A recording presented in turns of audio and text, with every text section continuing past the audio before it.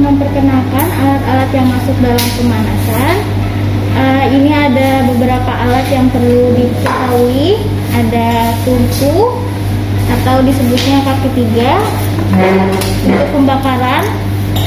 Kemudian ada bunser atau pembakar spiritus. Nah, ini di dalamnya ada bahannya ya, bahan bakarnya yaitu spiritus. Kemudian ada juga sumbu untuk menyalakan apinya, nanti apinya dinyalakan di atas ini. Kemudian kita punya kasa untuk meratakan pemanasan.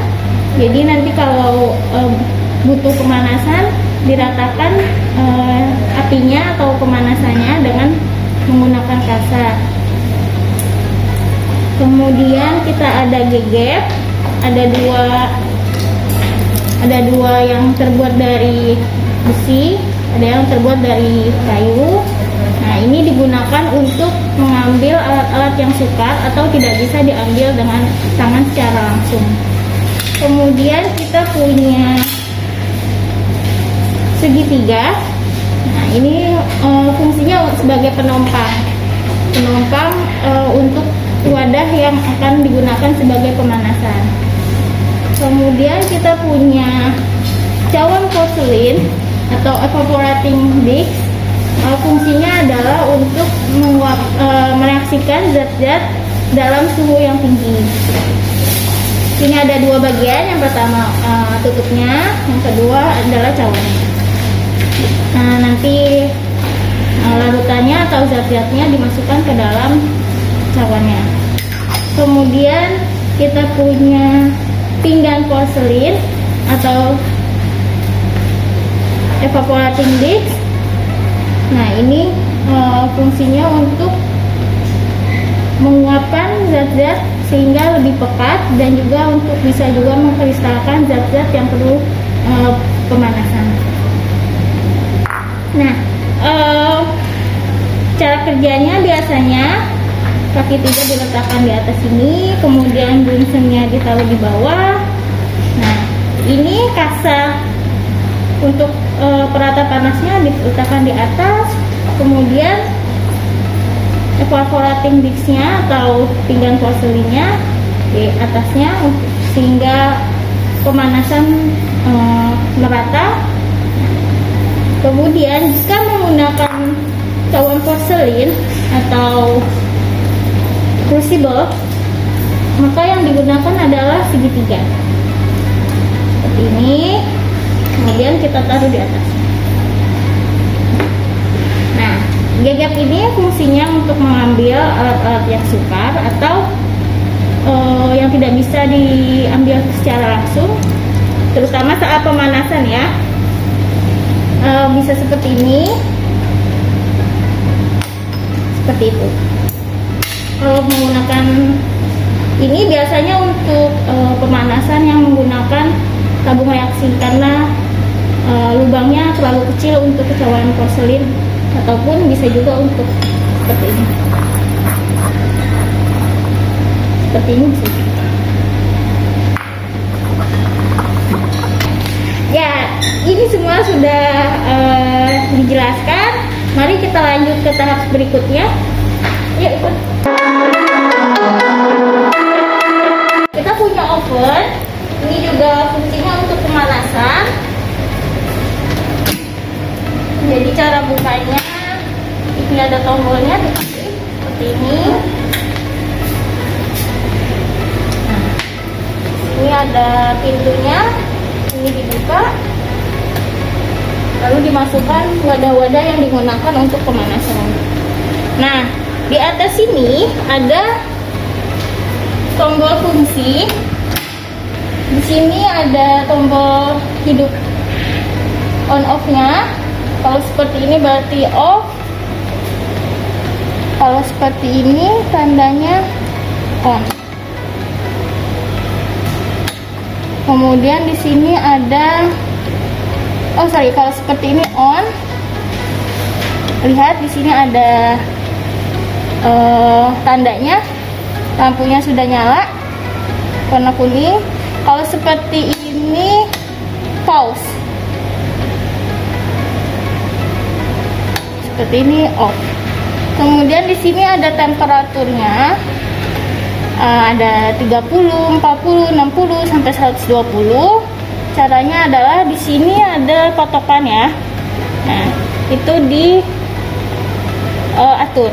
Misalkan mau ke 20, maka panahnya ini harus sesuai dengan pengaturannya.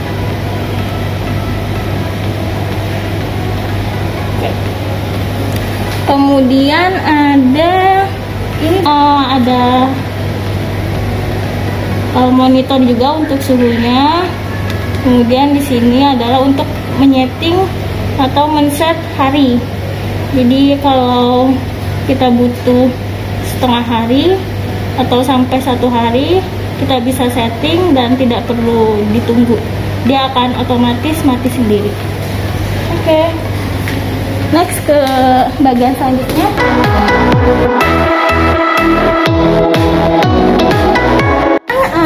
Untuk alat-alatnya teman-teman bisa dapatkan di bawah ini ya, wastafel.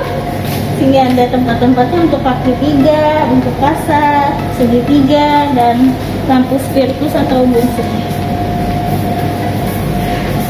Selanjutnya adalah, selain menggunakan lampu spiritus, kita juga bisa pakai kompor listrik. Fungsinya sih lebih cepat ya, kalau pakai kompor listrik lebih cepat dan juga lebih efisien dibandingkan dengan bensin, karena tidak perlu spiritus, langsung dicolokkan ke listrik sehingga lebih cepat pemanasan dan lebih efisien. Setelah dari sini kita lanjut untuk penangas air. Ini adalah alat penangas air. Ini untuk membuka pintunya, di dalamnya harus ada airnya untuk menguapkan untuk pemanasan. Kemudian bisa ditaruh rak tabung reaksi untuk menaruh zat-zat yang berada di dalam tabung reaksi untuk menguapkannya. Kemudian di sini ada tombol fungsinya. Ini untuk mengatur suhunya. Jika suhunya 20, maka sesuai panah yang ada di sini disesuaikan, 20 disesuaikan. Kemudian ini ada tombol on off-nya. Jika mau dinyalakan bisa ditekan. Biasanya nanti kalau sudah dihubungkan dengan listrik, nanti langsung ada lampu berwarna kuning. Selain penangas air yang seperti ini, di Kimia juga ada penangas air yang lain. Nah, ini penangas air yang kedua, sama ada tombol on off-nya. Kemudian di sini tombol fungsi untuk menyeting suhunya yang diperlukan. Kalau di sini kita bisa menggunakan untuk wadah-wadah yang agak besar seperti Meyer. Nah, jadi ring-ring ini bisa disesuaikan dengan ukuran Meyer atau wadah yang kita gunakan. Contohnya seperti ini, kita punya Meyer 250. Kita bisa masukkan ke sini sehingga nanti si Meyernya tidak lari kemana-mana, hanya sekitaran ini saja.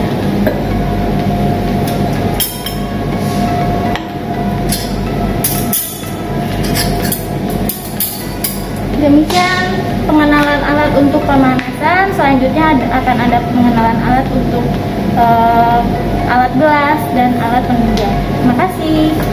Teman-teman, sekarang ini adalah alat-alat alat yang digunakan di laboratorium kimia dari gelas. Jadi dari wadah botol. Botol ini ada dua macam, ada yang seperti ini dan ada yang lebih kecil. Keduanya ini digunakan untuk menyimpan larutan atau menyimpan zat-zat di dalam wadah seperti ini. Selanjutnya ada gelas piala. Gelas piala ini terdiri dari beberapa ukuran dari 100 ml sampai 1000 ml. Gelas piala ini fungsinya untuk menyimpan larutan dalam jumlah banyak. Dan yang membedakannya adalah gelas piala dia lebih kecil, lebih pendek dibandingkan dengan gelas ukur. Selanjutnya adalah Erlenmeyer. Erlenmeyer ini mempunyai bentuk yang berbeda, bentuk yang khusus, yaitu mempunyai leher dan mempunyai bentuk yang melebar pada bawahnya. Erlenmeyer juga terdiri dari beberapa ukuran, ada yang 100 ml, 200 ml, dan 500 ml. Erlenmeyer ini biasanya digunakan untuk titrasi. Lalu selanjutnya ada tabung reaksi. Tabung reaksi ini digunakan untuk mereaksikan zat atau larutan yang lebih sedikit. Biasanya terdiri dari 1 sampai 5 ml untuk mereaksikan zat di dalam tabung ini. Selanjutnya ada gelas ukur. Gelas ukur ini digunakan untuk mengukur larutan yang akan kita gunakan atau mengukur larutan yang akan kita tuang, kita pindahkan ke wadah yang lain. Nah, gelas ukur ini terdiri dari beberapa ukuran. Ada yang 50 ml, 100 sampai dengan 1000 ml atau 1 liter.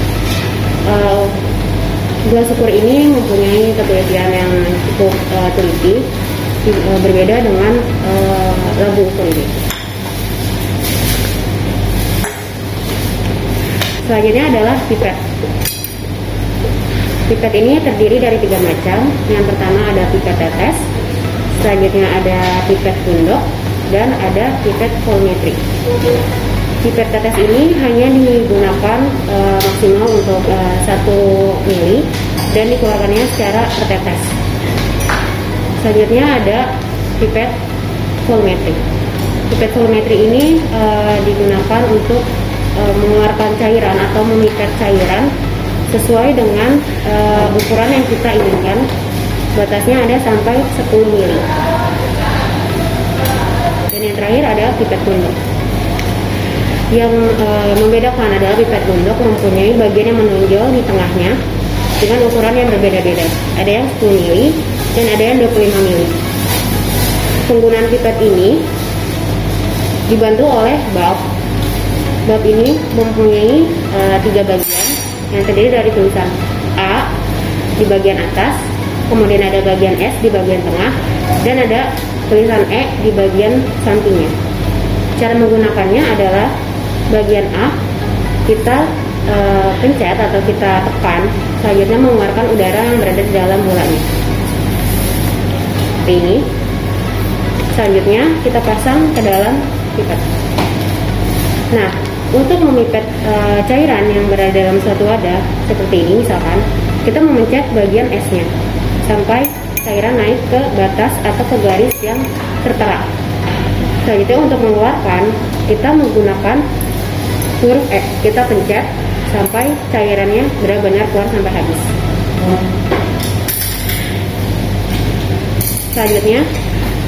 Selanjutnya adalah ada alat titrasi yang itu berupa statif. Statif ini adalah tiangnya, lalu klem ini untuk menaruh buretnya. Selanjutnya ada buret.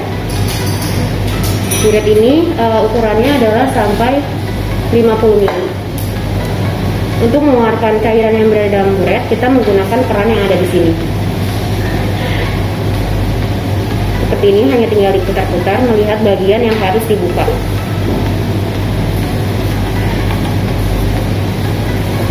Yang terakhir adalah labu ukur. Labu ukur ini mempunyai bentuk leher yang cukup panjang, cukup tinggi, dengan lengkungan yang cukup bulat di bawahnya. Labu ukur ini terdiri dari 100 ml sampai dengan 1000 ml. Labu ukur ini digunakan untuk mengencerkan suatu larutan atau membuat suatu larutan dengan ketelitian yang sangat penting. Bagian labu ukur ini disesuaikan dengan alasnya untuk membuat suatu larutan.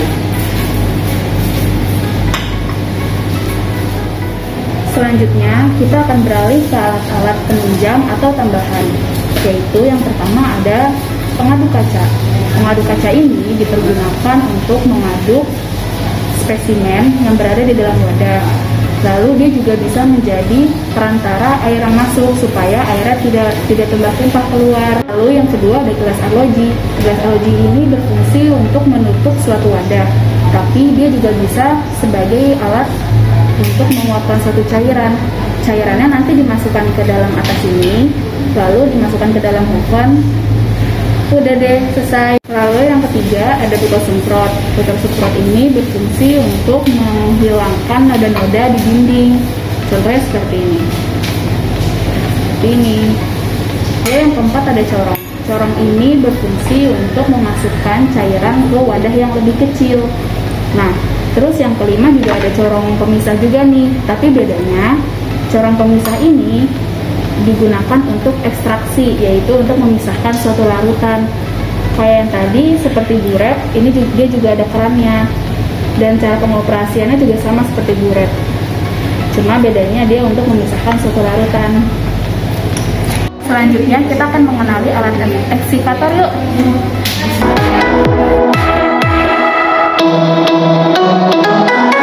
Ini adalah alat eksikator. Nah, alat eksikator ini berfungsi untuk mengeringkan suatu zat atau untuk membuat zat supaya tetap kering dari pemanasan.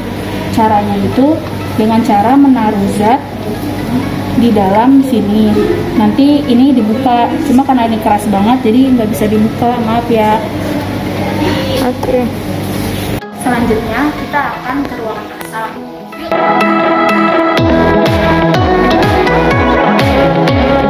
Nah, ini adalah ruangan asam. Kalau ini menggunakannya, kita harus menyalakan dulu.